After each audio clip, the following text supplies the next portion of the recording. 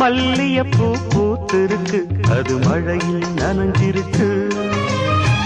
வருஷமெல்லாம் காத்திருக்கு, ஒரு வண்டுக்கு தவம் இருக்கு.